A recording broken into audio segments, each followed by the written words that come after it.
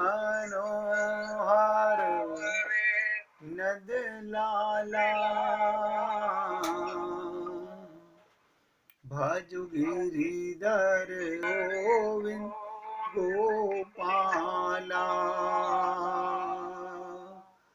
भजु गिरिधर गोविंद गोपाला भजो मुरली मनोहर नंद लाला भजो मुरली मनोहर नंद लाला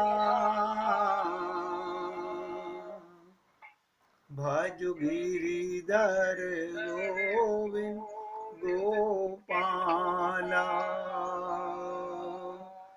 भजो गिरिधर गोविंद गोपाला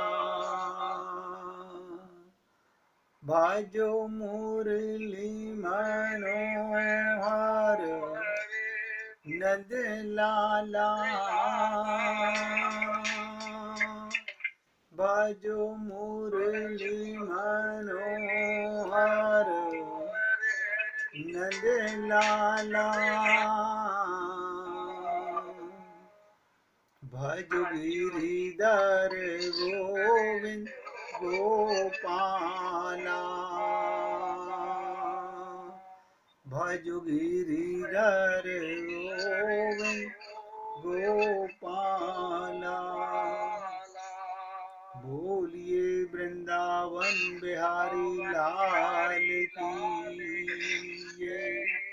जय जय श्री राधे जय जय श्री राधे। सभी भक्तों से निवेदन, सत्संग के प्रत्येक शब्द को बहुत एकाग्रता से हृदयंगम करने का भरसक प्रयत्न कीजिए। आपके साथ आनंद प्राप्ति पर चर्चा चल रही है और उस पर हम ये भी निवेदन किया कल आपके साथ कि हम चाहते हुए भी आगे क्यों नहीं बढ़ पा रहे हैं। किसी एक भक्त ने पूछा कि क्या संसार में प्रेम करना पाप है। मैंने कहा प्रेम से पवित्र तो कोई चीज ही नहीं होती, प्रेम ही तो है जो करना है। उनका सिर्फ प्रश्न था क्या संसार में प्रेम करना पाप है। सभी भक्त लोग ध्यान से सुने, प्रेम तो भगवान का नाम है। फिर ये संसार से प्रेम करने का बहुत गहराई से समझने का प्रयत्न कीजिएगा। प्रेम शब्द भगवान का है, प्रेम ही जीवन का सार है। लेकिन आप और हम लोग जो प्रेम करते हैं वो शरीर से प्रेम करते हैं, नश्वर चीजों से प्रेम करते हैं, उनमें अपनापन करके प्रेम करते हैं। अगर आप किसी से भी भगवान का स्वरूप मानकर प्रेम करते हैं, उसमें आपका परिवार हो, समाज हो, संसार हो, तो वो तो भगवान की ही पूजा है। भगवान ने कहा, फिर ध्यान से सुनिएगा, कि भगवान के परिवार में मन का लगना, यानी भगवान के परिवार में प्रेम करना। अब आपका परिवार आप अपना मानते हो, अगर आप अपने परिवार को भगवान का मानो तो आपका प्रेम सत्य हो गया। लेकिन ऐसा नहीं है। हम आत्मा का स्वरूप मान के प्रेम करते हैं, परमात्मा का अंश मान के प्रेम करते हैं, तो प्रेम सत्य है। लेकिन आप सब लोग एकाग्रता से अपने हृदय पर हाथ रख के देखिए कि आप क्या ऐसा ही मान के प्रेम करते हैं। अगर नहीं तो कोई कारण तो है। क्या कारण है? फिर आपसे वही निवेदन करूंगा कि हमने अपने आप को देह माना हुआ है। शरीर मानने वाला संसार से प्रेम करेगा, आत्मा मानने वाला परमात्मा से प्रेम करेगा। अब दोनों में अंतर समझिएगा। जो शरीर मानेगा उसकी आंख प्राकृतिक आंख है, माइक आंख है। जो आत्मा मानेगा उसकी दिव्य आंख है। ये क्या मतलब हुआ? आत्मा को सब में परमात्मा नजर आता है। जित देखूं तित श्याममयी है। और जो अपने को शरीर मानता है उसे सब में अपना पराया, तेरा मेरा, राग द्वेष, छल कपट यही नजर आता है। इसलिए कभी भी अपने मन में ये दुविधा मत लाइए कि प्रेम पाप है। प्रेम तो परमात्मा की पूजा है। अब आप कहेंगे क्या हम अपनी माता की, पिता की, अरे मैं कह तो रहा हूं जिससे भी आप प्रेम करते हो पूजा है। सिर्फ इतना भाव होना चाहिए कि क्या मैं उससे प्रेम भगवान मान के कर रहा हूं, भगवान का अंश मान के कर रहा हूं। कहीं उसमें मैं अपनी ममता, अपने शरीर का अंश मान के, शरीर का संबंध मान के तो प्रेम नहीं कर रहा। बस इतनी सी बात है, भाव की बातें हैं। भगवान ने कहा जाकी रही भावना जैसी, प्रभु मूरत देखी तिन जैसी। तो आपका भाव कैसा है? आप नौकर से भी प्रेम कीजिए भगवान मान के, भगवान दास भी बनने को तैयार हैं। आप पुत्र से प्रेम कीजिए, भगवान पुत्र बनने को तैयार हैं। आप पति से प्रेम कीजिए, भगवान सर्वोत्तम पति हैं। यानी आप हर रिश्ते में, तभी तो कहा त्वमेव सर्वम। लेकिन अपनी सोच को बदलो, अपने को शरीर मत मानो। यहीं आकर के हम लोग न जाने क्या कारण है, क्यों कंजूसी कर रहे हैं। जब ये मालूम है कि शरीर नश्वर है, संसार नश्वर है, जड़ वस्तु सब नश्वर है, ये आपकी थी नहीं, आपकी है नहीं, आपकी रहेगी भी नहीं। आप यहाँ आकर के संसार की सेवा और भगवान का प्रेम करने के लिए, भगवान का प्रेम पाने के लिए आए हो। इसे मैं समझता हूँ कि आप में से कोई भी भक्त प्रेम को गलत नाम दे करके संबोधित ना करें। प्रेम तो भगवान का नाम है, आनंद नाम भगवान का है, सुखदाता ये भगवान के नाम है। बस अंतर सिर्फ इतना सा करना है कि अपनी आंख पर जिसकी आत्मज्ञान हो गया, उसकी आंख पर प्रेम का चश्मा लग गया। अब जिसकी आंख पे प्रेम का चश्मा है उसमें सब में प्रेम नजर आ रहा है। हमारी आंख पे ममता, मोह, आसक्ति का चश्मा है।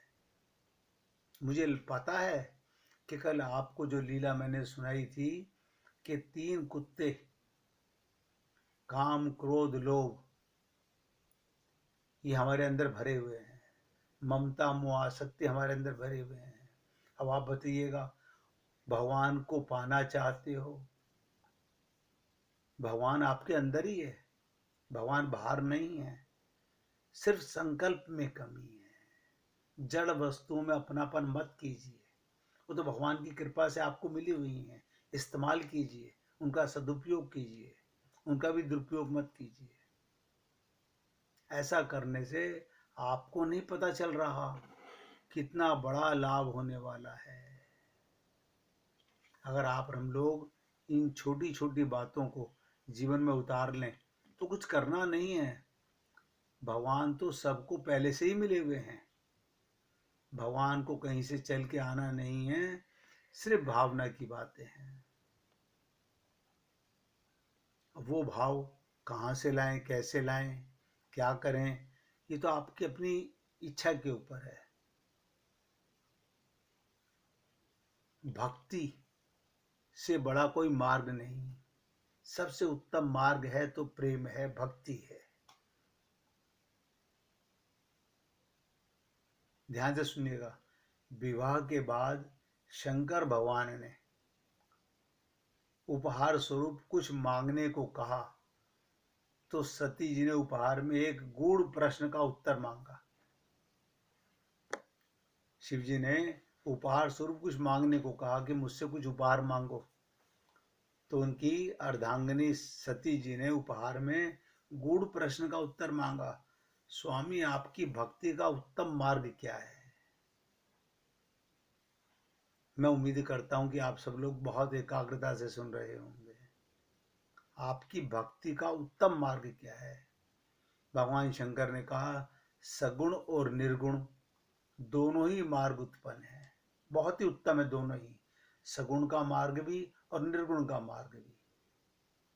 कुछ लोग निर्गुण भक्ति को चिंतन भी कहते हैं। भक्ति की 9 प्रकार की कही गई हैं, भक्ति भी 9 प्रकार की कही हैं।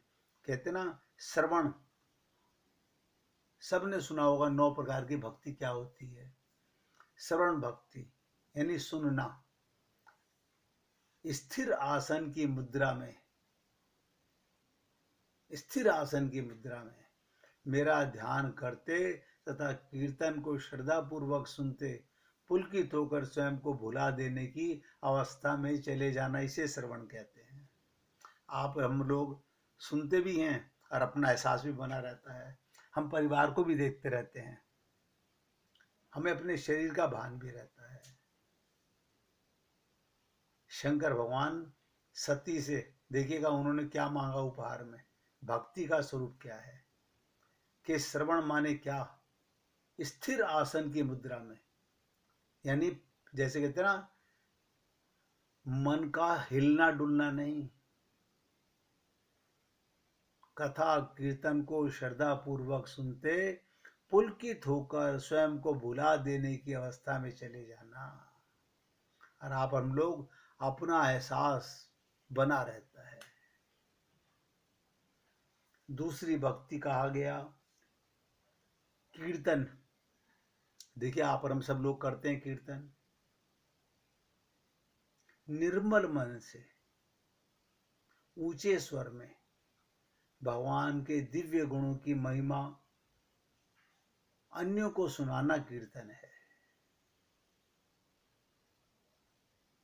औरों को सुनाना कीर्तन है। हम भगवान का भजन कीर्तन कर रहे हैं, औरों का मतलब सब में भगवान मान करके। तीसरी भक्ति भगवान शंकर ने कहा स्मरण भक्ति। ये स्मरण भक्ति क्या है? राधे राधे भैया, ध्यान से सुनिएगा। स्मरण भक्ति अपने कर्तव्यों का निर्वाह करते हुए, ये बहुत सुंदर चीज है। भगवान शंकर पार्वती को बता रहे हैं अपने कर्तव्यों का निर्वाह करते हुए परमेश्वर को सर्वव्यापी मान, उसे मन से लगाए रखना, ये स्मरण है बस। और जितने संत महात्मा पृथ्वी पर आए सब एक ही बात कर रहे हैं। हमारे गुरुदेव कहते हैं सुमिरन कर ले मना, मन में भगवान का ध्यान, भगवान का सुमिरन हर पल होता रहे तो काम कब करेंगे? मैंने आपको पहले कहा अपने कर्तव्यों का निर्वाह करते हुए। वो कर्म भी तो भगवान के लिए कर रहे हो। आपको लगता है मैं अपने परिवार के लिए कार्य कर रहा हूं, वही कार्य भगवान का कार्य है। आपके परिवार का कार्य, समाज का कार्य, बच्चों का कार्य ही भगवान का कार्य, यही तो पूजा है। आप अपना मान के करते हो तो पाप होता है, भगवान का मान के करते हो तो पूजा होती है। और प्रत्येक कर्म को करते हुए, ये बहुत इंपॉर्टेंट पॉइंट है जहां पर हम 99% लोग सब वीक हैं, 99% बोल रहा हूं। निर्वाह करते हुए, संसार का प्रत्येक काम करते हुए परमेश्वर को सर्वव्यापी मान, उसे मन से लगाए रखना स्मरण है। यानी ना भूलना स्मरण है, सदा उसका ध्यान बना रहे स्मरण है, उसका चिंतन होता रहे स्मरण है, उसके साथ लौ लगी रहे स्मरण है, सब में देखना सुमिरन है, भगवान की बातें करना सुमिरन है, भगवान के लिए कार्य करना उसका स्मरण है। बताइए, आप लोग, किसी ने कहा ये जो भी कर्म करते हो, अकर्मा तो रहना नहीं है कि कर्म योनि में आप और हम लोग आए हुए हैं। फिर कर्म किसके लिए कर रहे हो? सारा संसार तो भगवान बना हुआ है। अब भगवान के लिए करना, हम कहते हैं नहीं, भगवान के लिए तो सुबह पूजा करते हैं। सारा दिन आपकी पूजा क्यों ना हो? सुबह से शाम तक आपकी पूजा क्यों ना हो? प्रत्येक कर्म को भगवान का मान के करने वाले का सुमिरन अलग से नहीं करना पड़ता, अलग से माला लेके जाप नहीं करना पड़ता। यही कबीर जी ने कहा, और आप सब जानते हो कि माला फेरत जुग फिरा, फिरा न मन का फेर, कर का मन का फेंक कर, मन का फेर। ये माला जपना, ये अलग से पूजा करना, अलग से, अरे बाबा, आपका सांस लेना भी पूजा है। भगवान का धन्यवाद कीजिए, हर सांस में हो सुमिरन तेरा। बताइए, ये सुमिरन का और नया तरीका, हर सांस में हो सुमिरन तेरा, यानी भगवान की कृपा को महसूस करना। जब सांस आ रहे हैं, भगवान की अनुभूति हो रही है, लेकिन नहीं करते, परिवार की अनुभूति कर रहे हैं। ये तीसरी जो भक्ति मैंने आपसे कही है, स्मरण भक्ति, बहुत मूल भक्ति है, बहुत गहरी भक्ति है। और ऐसा समझिएगा, 84 सूत्रों में, 9 सूत्रों में भक्ति के, 3 सूत्रों में भक्ति के, 84 सूत्र नारद जी ने कहे, 9 सूत्र प्रहलाद जी ने कहे, 3 सूत्र सुखदेव परमहंस ने कहे। उन तीनों में, 9 में और 84 में, ये स्मरण भक्ति प्राण है। नोट करो, सभी भक्तों से निवेदन कर रहा हूं, यही प्राण है। इसके बाद फिर भक्ति सब अपने आप होने लगेंगी। क्या मतलब? एक एक शब्द पे ध्यान दीजिएगा। आपने सुमिरन भगवान का किया तो सुनोगे किसके लिए लीलाएं? भगवान के लिए। कीर्तन करोगे किसके लिए? भगवान के लिए। सेवन करोगे, अब चौथी भक्ति है सेवन करना। सुबह जागने से सोने तक, सुबह जागने से सोने तक मन और इंद्रियों से, मन और इंद्रियों से, शरीर से दुखियों पीड़ितों की नियमित सेवा, भूखे को भोजन, बीमार की सेवा, प्यासे को जल देकर, तन मन धन से पूर्णता समर्पित होकर लोक सेवा करना, ये सेवन है। हम लोग जब सुबह जागते हैं, हमने कई बार कहा कि जागते ही कहो, हे गोविंद, मन ही मन में कहना है, हे गोविंद, आज फिर आपने मुझे अपनी सेवा के लिए नियुक्त किया, मैं शाम तक, रात्रि तक आपकी सेवा करूंगा। करोगे अपने परिवार का, समाज का ही काम, भगवान की मान के करना ही तो सुमिरन है, लेकिन वो नहीं करते। इसीलिए मैं आपसे कहता हूं, जो कुछ आप करते हो वो सब छल कपट है। फिर आया दास्य। क्या मतलब? स्वयं को प्रभु का दास समझकर ऐसा आचरण करना जो प्रभु को प्रिय हो। दासत्व भाव होना चाहिए। वह जो करेगा प्रभु का प्रिय करने के लिए करेगा। आप ध्यान रखिएगा, माता का काम, पिता का काम, पत्नी का काम, पति का काम, अगर अपने को दास मान के भगवान का कर रहे हैं तो प्रभु का प्रिय करने के लिए करेगा। भगवान इसमें बैठा हुआ है, इसमें भगवान विराजमान है। छठी भक्ति अर्चनम, षोडश उपचारों द्वारा प्रभु को पाद्य, अर्घ्य, प्रसाद आदि का समर्पण करना। आप लोग करते हो, जिसकी जितनी हैसियत है। बंधन करना सातवीं भक्ति है। चित्त को हमें पता ही नहीं चित्त क्या होता है। चित्त है आपके हृदय का लॉकर। मन बुद्धि चित्त को एकाग्र करके हृदय से ध्यान और वाणी से गुणगान करते हुए, हृदय से भगवान का ध्यान और वाणी से गुणगान करते हुए आठों अंगों, ये आठों अंग कौन है? मस्तक से, ठोड़ी से, वक्ष से, उदर से, दोनों भुजाओं से, दोनों जंघाओं को भूमि पर स्पर्श कराते हुए उन्हें प्रणाम करना, वंदन करना। यहाँ पर हम लोग जब किसी संत महात्मा को भगवान के मंदिर में पूरे लंबे लेट करके वंदन करते हैं, लेकिन चित्त को एकाग्र नहीं करते हैं, हृदय से भगवान का ध्यान नहीं करते हैं। और मैंने कहा आठों अंगों को, मस्तक भी नीचे होना चाहिए, ठोड़ी भी नीचे होनी चाहिए, आपका हृदय वक्ष भी नीचे होना चाहिए, आपका पेट उधर भी नीचे होना चाहिए, दोनों भुजाएं भी आगे भगवान के धरती पर, दोनों जंघाएं भी भगवान के ऊपर हों। ये सबको भूमि पर स्पर्श कराते हुए प्रणाम करना। आजकल तो नया फैशन चल गया पैरी पहना कहने का, दूर बैठे मुंह से बोल देते हैं पैरी पहना। चल रहा है, ठीक है, ये बंधन नहीं है। नतमस्तक होना। इसी प्रकार से आठवीं भक्ति है सख्य भक्ति। ईश्वर द्वारा किसी किए हुए, ईश्वर के द्वारा किए हुए सभी अनुकूल या प्रतिकूल कार्य को मंगल में मानने का विश्वास।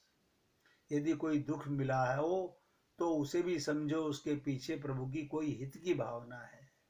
माता पिता बच्चे को डांटते हैं, उनकी दुर्भावना नहीं होती।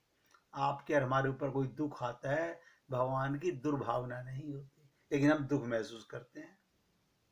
हमारी अज्ञानता है। प्रभु ने हमारी आंख खराब कर दी, प्रभु ने हमारे कान खराब कर दिए। अरे बाबा, ये दुर्भावना क्यों लाते हो? यानी शरीर के सुख के लिए कामना करते हो, इसका मतलब भगवत प्रेम की इच्छा नहीं है। नौवीं भक्ति, बहुत ध्यान सुनिएगा, जिसके लिए बार बार निवेदन करते हैं, क्या? समर्पण, शरणागति है। ये भक्ति में आता है। तन मन धन, तन मन धन सर्वस्व प्रभु की प्रसन्नता के लिए समर्पित कर देना। तन मन धन सब कुछ प्रभु की प्रसन्नता के लिए समर्पित कर देना, लोक सेवा के किसी उद्देश्य को ईश्वर का कार्य मानकर। मैंने कहा ना, प्रत्येक काम भगवान के निमित्त है, उसके लिए तत्पर रहना, अपनी चिंता से मुक्त दूसरों की चिंता में लगाना, ये समर्पण है। प्रभु मैं आपके कार्य के लिए जा रहा हूं। ध्यान से सुनिएगा, ये नौजवान जो युद्ध करते हैं, अगर भगवान के निमित्त युद्ध करते हैं तो ये उनका समर्पण है। आप अपने घर का कार्य करते हैं, भगवान का मान के कार्य, तो ये भी समर्पण है। ये 9 प्रकार की भक्ति भगवान शंकर ने अपनी अर्धांगिनी सती को भक्ति का अर्थ समझाने के लिए बताई। शिव जी बोले, देवी इन 9 प्रकार में से, ध्यान से सुनो, किसी भी प्रकार को यदि मेरा भक्त साध ले तो मैं उनके बस में रहता हूँ।